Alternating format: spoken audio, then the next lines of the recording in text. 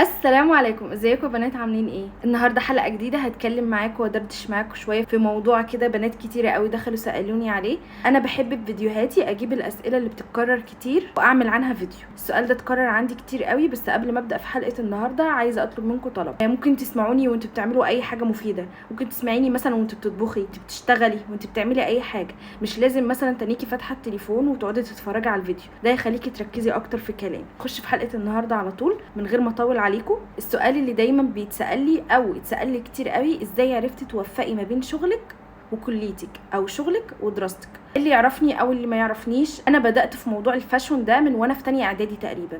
بدات في موضوع التفصيل والخياطه والكلام ده من وانا في تانية اعدادي. طب هو انت بتشتغلي من تانية اعدادي؟ هقول لك لا، انا ما بشتغلش من تانية اعدادي، بس فضلت كام سنه كده اتعلم فيهم. ما كنتش بشتغل لاي حد خالص غير لنفسي انا وبس، او ساعات لمامتي، ساعات لاصحابي القريبين قوي قوي، الحاجات اللي زي دي. وبعد كده بدات اشتغل. طب بدات تشتغلي امتى؟ بدات اشتغل فعلا وبدات ادخل بعد ثالثه ثانوي على طول. بدات انا بقى هتكلم معاكم من الاول خالص. انا واحده مريت بالموضوع ده، فانا هديكوا اللي انا مريت بيه، اللي انا جربته بس. لكن انا برضو زي ما بقول لكم في كل فيديو، انا مش بقول لك المفروض تعملي كذا والمفروض تخلي كذا والمفروض تسوي كذا، لا، انا باجي انقل لك تجربتي اللي انا مريت بيها. انا فضلت اتعلم قولي حوالي 3 سنين. 3 سنين بتعلم بس، بعمل لنفسي بس. طبعا ده جنب الدراسه، وطبعا وانا كنت صغيره، فبالنسبه لي المعلومات مش هعرف ان انا اجمعها في شهر شهرين 3 في كورس 3 4 شهور، لا. انا قعدت فتره اتعلم، قولي كده مثلا من تانية اعدادي لاولى ثانوي. تانية ثانوي وانا لسه بتعلم ازاي؟ في الاجازه. اول ما كانت تيجي الاجازه كنت اقعد اتفرج على فيديوهات كتير قوي. كان عندي مكنه سينجر سمره صغننه كده، اكيد في ناس كتير عارفاها.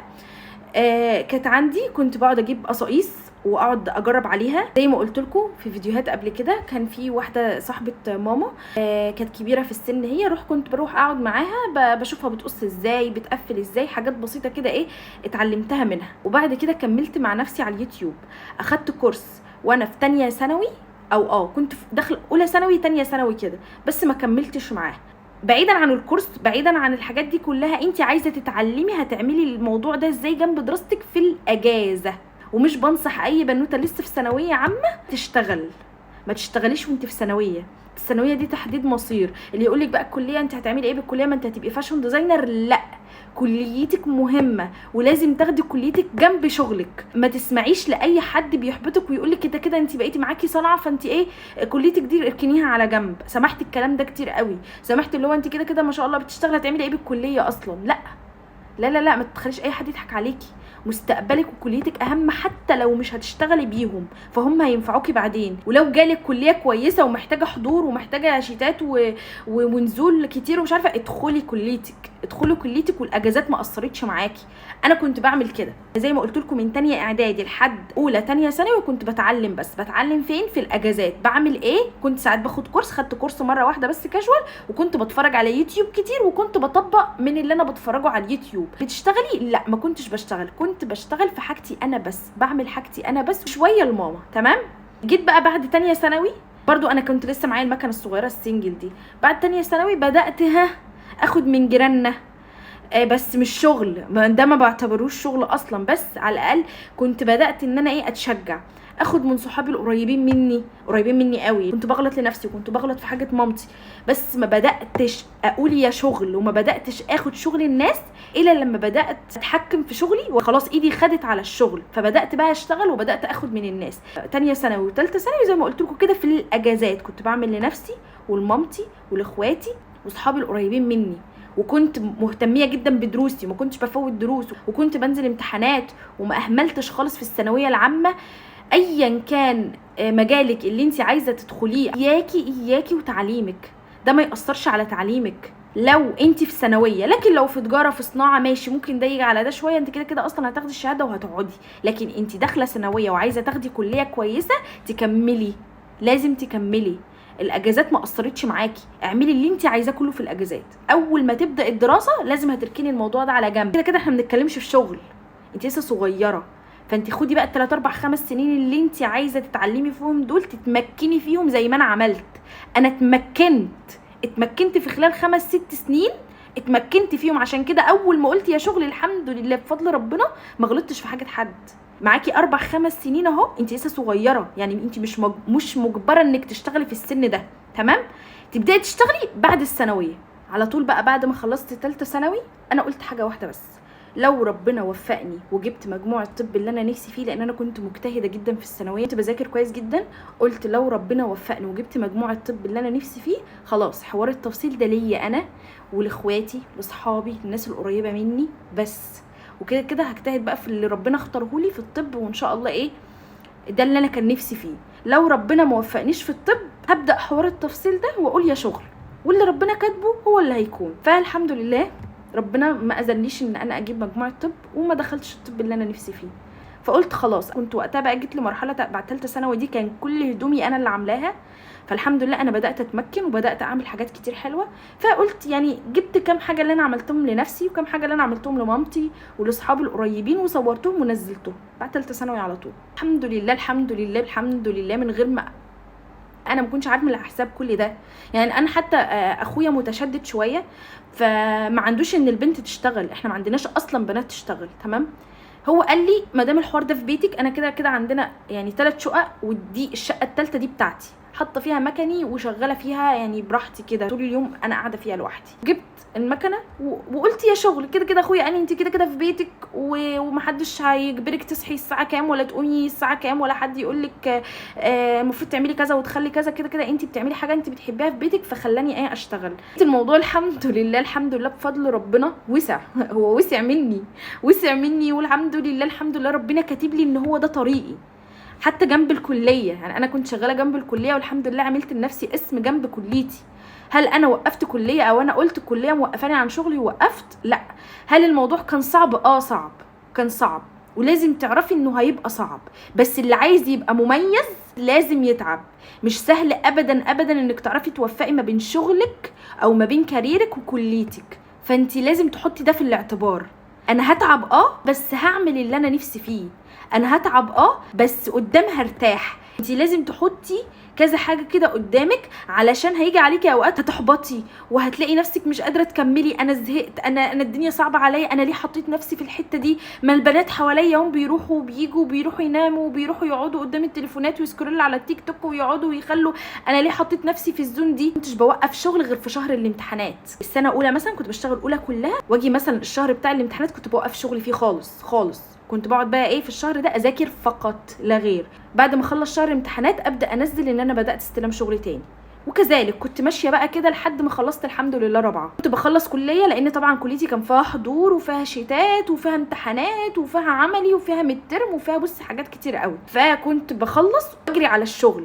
انا فضلت سنه كامله في السنين، في ال4 سنين بتوع الكليه ما كنتش بشوف صحابي اصلا نهائي، غير في السكشن كان ساعة ونص، هو الساعة ساعة ونص، وكمان ما كانش بيبقى فيها كلام. اخلص السكشن بتاعي او السكشن بتاعتي واخد بعضي واجري على شغلي. كنت بنبسط وكنت بخرج وبروح، بس ما كانش زي ما اصحابي كانوا بيعملوا. كنت طول الوقت حاطه حاجه معينه في دماغي وحاطه هدف معين في دماغي انا عايزه اوصل له، لازم هوصل له، فما كانش بيفرق معايا اي حاجه. كان بيجي عليا اوقات كتيره قوي بحبط، كان بيجي عليا اوقات كتيره قوي بتضايق، بتخنق، بزهق، بتضغط، بتوتر. معامله الكلاينت دي لوحدها صعبه جدا، صعبه جدا جدا جدا جدا. فطبعا انا كنت لسه صغنونه وبنوته، بس انا عايزه اكون مميزه، عايزه احقق حلمي، عايزه اعمل حاجه انا كان نفسي فيها، فانا لازم اتعب عشان القى الراحه بعدين. هي دي تجربتي وهو ده اللي انا مريت بيه. وانا مش عايزه اطول عليكم الفيديو ده، انا عايزه اجي الخص لكم الموضوع. ما تتخليش عن حلمك، ما تتغليش عن شغفك لمجرد الدراسه، ولا تتخلي عن دراستك لمجرد حلمك وشغفك. اعملي الاتنين مع بعض. هو الموضوع مرهق وصعب شويه، بس هتوصلي للي انت عايزاه. هتقولي لي طب ما انا كده كده هشتغل وهعمل لنفسي كارير، والبنت اخرها بيت جوزها، طب انا هاخد كليه ليه؟ هتاخدي كليه عشان عيالك، عشان جوزك اللي انت هتتجوزيه ده يدخل لك حد ما شاء الله في كليه كويسه، كليه محترمه، يبقى معاكي شهاده، اسمك اتعلمتي، اسمك خدت كليه. ما تبقيش داخله ثانويه عامه وتقعدي، انت فاهمه؟ انت داخله ثانويه عامه وفلوس ومصاريف، تيجي في الكليه تقولي لا ده انا عملت لنفسي كارير وعملت لنفسي شغل وهكمل ومش هروح كليه. فلا لا، ما ياما خدوا كليات وما اشتغلوش بيها. ما احنا كلنا عارفين ان ياما خدوا كليات وما اشتغلوش بيها، وشغالين في حاجات تانية بس اسمهم معاهم كلية. بعد 50 سنة معاك كلية ايه؟ معايا كلية كذا كذا. اللي قدامك ده هيعرف فعلا ان انا قاعد مع دماغ كويسة، قاعد مع دماغ متعلمة. فكليتك ما تجيش على شغلك، وشغلك ما تجيش على كليتك. انا عارفة ان الموضوع صعب، بس انا واثقة فيكي، واثقة ان انتي مادام اتفرجتي على فيديو زي ده ووصلتي للنقطة دي يبقى انتي عايزة تعملي كده. مادام انتي عايزة تعملي كده ربنا هيوفقك وهيقف معاكي وهيسهل لك كل صعب باذن الله. وطول ما انتي عندك عزيمة وإرادة صدقيني ربنا هيوفقك وهييسر لك الامور وهيسهل عليكي كل صعب. اهم حاجه يكون عندك ثقه في ربنا ثم في نفسك عشان تعرفي توصلي للي انت عايزاه. ملخص الكلام بقى عشان ما اطولش عليكم، خلي سنين الثانويه والاعداديه لو انت بتتعلمي حاجه او انت عايزه، مش لازما الخياطه بس او مش لازما تجاه الفاشون بس، اي صنعه اي مهنه، سواء رسم سواء كروشيه سواء الحاجات دي كلها انت بتتعلميها، اعتبري نفسك وتعلمي في سنين الاعدادي والثانويه علشان بعد ما تخلصي ثانويه، لان الثانويه دي تحديد مصير زي ما قلت لك، فانت هتتعلمي في الاجازات علشان بعد ما تخلصي ثانويه تبقي جاهزه بقى للتقيل بقى. كده كده واثقه في نفسك وعارفه اللي انت هتعملي له ده هتطلعي له الحاجه بتاعته بيرفكت تمام. وبعد كده زي ما قلت لك اشتغلي بقى في كليتك عادي، تعالي بقى في شهور امتحاناتك قفي لحد ما تخلصي امتحانات، وبعد كده ارجعي لشغلك تاني وبس. ده اللي انا كنت بعمله وده اللي انا كنت ماشيه عليه. الموضوع ما كانش سهل خالص بس ما كانش صعب برضو، وعملت والحمد لله اتخرجت وخلصت وعملت لنفسي كارير وعملت لنفسي شغل. ده بصي عشان نكون متفقين، انا مش احسن منك في حاجه تمام. انا مش بقول كده عشان البنت الواو بقى اللي مفيش مني اتنين، انا مش احسن منك في حاجه، ولا انا عندي ايدين زياده ولا عندي رجلين زياده، بس كنت مرتبه وقتي وكنت منظمه وقتي.